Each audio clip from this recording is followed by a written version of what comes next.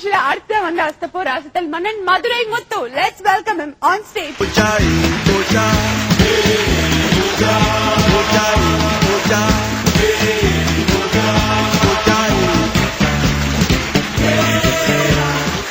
அடர்த்தியான அன்பிற்குரிய Sun TV நேயர் பெருமக்களே, நடுவர்களாகிய நகைச்சுவை சக்கரவர்த்திகளே, தொகுப்பாளினி அவர்களே, நல்ல இயக்குனர் அவர் பெருமக்களே, எல்லாத்துக்கும் மாறாக இன்னைக்கு நம்மளுடைய சிறப்பு விருந்தினராக வந்துள்ள தம்பி பட இயக்குனர் திரு சீமான் அவர்களே. நல்ல வேலை தம்பி சீமான் சொல்லாம போயிட்டீங்க. இன்னைக்கெல்லாம் வந்து தமிழ் வளர்வதற்கு தயாரா இருக்கிறது, ஆனா வளர்ப்பதற்கு தமிழன் தயாரா இல்ல. ஏன்னா மாடு கூட கைதிட்டீங்க அப்படிலாம் செய்யக்கூடாது அரவிந்த். மாடு கூட தன்னுடைய அம்மாவை அம்மான்னு அழைக்குது, ஆனா மனுஷன் தான் மம்மின்னு அழைக்கிறான். அந்த மாதிரி சூழ்நிலையில நான் ஆச்சரியப்பட்ட விஷயம், அவர் இயக்குனரா இருக்கிறதோ பாஞ்சாலங்குறிச்சி எடுத்ததோ தம்பி என்ற ஒரு நல்ல கருத்து படத்தை கொடுத்த கூட பெருசா நினைக்கல. இந்த மேடையில் வந்து ஒரு ஆங்கில வேர்டு, இந்த காலத்துல ஒரு ஆங்கில வேர்டு கூட சேர்க்காம தமிழ்ல பேசலாம். அந்த பெருமையை நினைக்கும் போது எனக்கு ரொம்ப ஆச்சரியமா இருக்கு. அதற்காக அந்த நல்ல மனிதரை வணங்கி இப்ப நம்மளுடைய நிகழ்ச்சிக்கு போகலாமா சார்? ஒருத்தி சிரிக்க கூடாத இடத்தில் சிரித்தால் மகாபாரதம் ஏற்பட்டது. ஒருத்தி சிரிக்க வேண்டிய இடத்தில் சிரிப்பை தொலைத்தால் ராமாயணம் ஏற்பட்டது. கரெக்டா சிரிக்க வேண்டிய இடத்தில் சிரிச்சாத்தான் போது அந்த கரெக்டான சிரிப்பை கொடுத்து கொண்டிருக்கின்ற சன் டிவிக்கு நன்றி சொல்லிட்டு, என்ன அகராதி பேசுறான்றத கொஞ்சம் யோசிச்சு பார்த்தா, அது உத்து பார்த்தா தெரியும். அடேங்க அப்பா, அன்னைக்கு ஒரு ஆள் போய் வகுத்த வலின்னு சொன்னான். வகுத்த வலி அவங்களுக்கு நீங்க என்ன சிரிக்க, நேரடியாக டாக்டர் போய் பாருங்க, அவர் மருந்து அளித்துவார், அவருக்கு பணம் கொடுங்க. ஏன்னா டாக்டர் பிழைக்கணும் பாவம். அந்த சிட்டையை கொண்டு போய் மெடிக்கல்ல விடுங்க, அவர் மருந்து மாத்திரை தருவார், அவருக்கும் பணத்தை கொடுங்க. ஏன்னா அந்த மனுஷன் பிழைக்கணும். அந்த மருந்தை வாங்கிட்டு வந்து தலையை சுத்தி குப்பை எழுதி போட்டுருங்க, ஏன்னா நீங்க பிழைக்கும்ல. அன்னைக்கு பேஷண்ட் உள்ள இருக்காரு, ஆபரேஷன் தட்டுல ஏதோ யாரோ தட்டுற சத்தம் கேட்டுச்சு. யார் எது அப்படின்றார் பேஷண்ட். நான் தான் எம்ஏ வந்திருக்கேன், நல்ல வேலைக்கு நான் டாக்டர் ஆகும் நினைச்சேன் அப்படின்ட்டான். அதாவது எம்எனே வந்தா கூட பயம், அவனுக்கு டாக்டர் அவ்வளவு பயம். ஏன்னா பேசும்போது அப்படி பேசுறாங்க. அன்னைக்கு ஒரு ஆள் கோயிலுக்கு பூசை பண்றக்கா மனைவி கூட்டு போனார். மாரியம்மன் கோயில ஒரு தேங்காய் எடுத்தார் பூசை பண்றதுக்காக. மனைவி அந்த தேங்காய் வைங்க, இந்த தேங்காய் எடுங்க அப்படின்னு. அவனுக்கு ஆச்சரியம், மாரியம்மனுக்கு எந்த தேங்காய் பிடிக்கும்னு மனைவி தெரிஞ்சு வச்சிருக்காளே.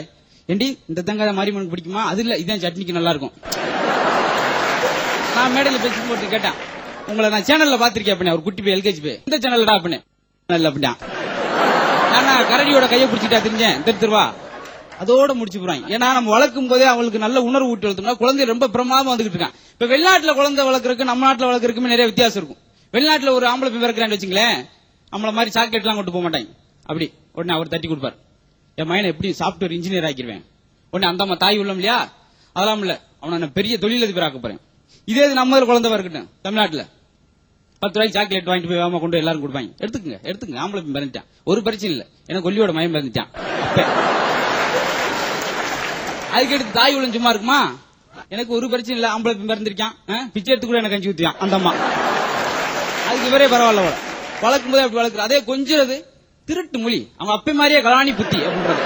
அது அதே மாதிரி அவனு வரையும் ஜென்மத்துக்கு இப்படியே ஒண்ணுன்னா அவனை பூத்தி மாத்தி விடுறது. இப்ப பள்ளி கணக்கு வாத்தியார் என்கிட்ட இந்த தமிழ் வாத்தியார் மாதிரி என்கிட்ட அகராயம் வச்சுக்கிற கூடாது, அறிவை பெருக்கணும். எத்தனை நாள பெருக்கணும்? அதுக்கு அந்த மனுஷனோட ஒரே பதில் இவரை கொண்டு எடுத்துட்டாங்க. அப்புறம் இங்கெல்லாம் பேசிக்க கணக்கு பார்த்து ரொம்ப மோசம்டா, கணக்குல இவ்வளவு வீக்கா இருப்பான்னு நினைக்கவே இல்லை. என்னடா பண்ணு, தன்னுடைய 4வது பொண்ணுக்கு 5 பேர் வச்சிருக்காரு. இடது இல்ல, ஒரு விரலை சுத்தமா போச்சு, ரத்தத்தோட வந்தான். எதிர்த்தாப்புல உள்ள கரெக்டார், என்னையா இடது இல்ல இப்படி ஒரு விரல் போச்சு. மிஷின்ல வேலை பார்த்துக்கிட்டு இருக்கும் போது திடீர்னு எசக் பசக்கா கொடுத்து விரல் கட்டாயி போச்சுங்க. நல்ல வேலைக்கியா இடது போச்சு.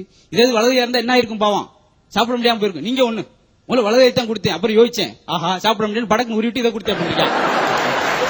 நீங்க அறிவை கத்துக்கிறா இப்படி அறிவாளிட்ட கத்துக்குங்க. அப்படியே திங்க் பண்ணா மிரண்டுறான். இதை விட ஒரு கொடுமை வித்தியாசமான ஒரு முட்டாள்தனமான விஷயம் பாருங்களேன். தினம் வேலைக்கு போயிட்டு இருக்கான், நைட் திரும்பும்போது வழிப்பறி கொள்ளைய வழி மறிச்சு பணத்தை பிடிட்டு விட்டுறாங்க. 5 வருஷமா இதான் நடக்குது. மனைவிக்குண்ட கோபமான கோபம், இப்படி ஒரு கோலத்தனமான ஆளா இருக்கானே, தினம் பணத்தையும் பறி கொடுத்து அடியும் வாங்கி வரானே சொல்லி இவனுக்கு கராத்தை பழகி கொடுக்கணும். அந்த அம்மா கூட்டு போய் கராத்தை பழகி விட்டு அனுப்பிட்டாங்க வேலைக்கு. 5 மாதம் கழிச்சு கராத்தை பழகிட்டு வேலைக்கு போயிட்டு வந்து அன்னைக்கு அதே அடி பணத்தை கொடுத்துட்டு வந்துட்டான். மனைவி கேட்டாங்க, என்ன இப்பதான் கராத்தை பழகிட்டீங்களே, அப்புறம் இப்பயும் அடி வாங்கிட்டு வரீங்க. என்னடி செய்யறது, நான் அந்த கராத்தை ட்ரெஸ் போட முடியும், நீ அடிச்சுட்டேன் அப்படின்ட்டு. அதனால புது புது விஷயங்களை சமய புத்தி வளர்த்துக்கிறதுக்கு இந்த நகைச்சுவை தான் பெருதுணையா இருக்கும் சொல்லி. எது அழகு அப்படின்னா, கைக்கு பிரேஸ்லெட் போறது அழகுல, ஒருத்தர் இல்லேன்னு கேட்கும் போது அவனுக்கு கொடுக்குற பாரு, அப்பதான் அந்த கைக்கு அழகு.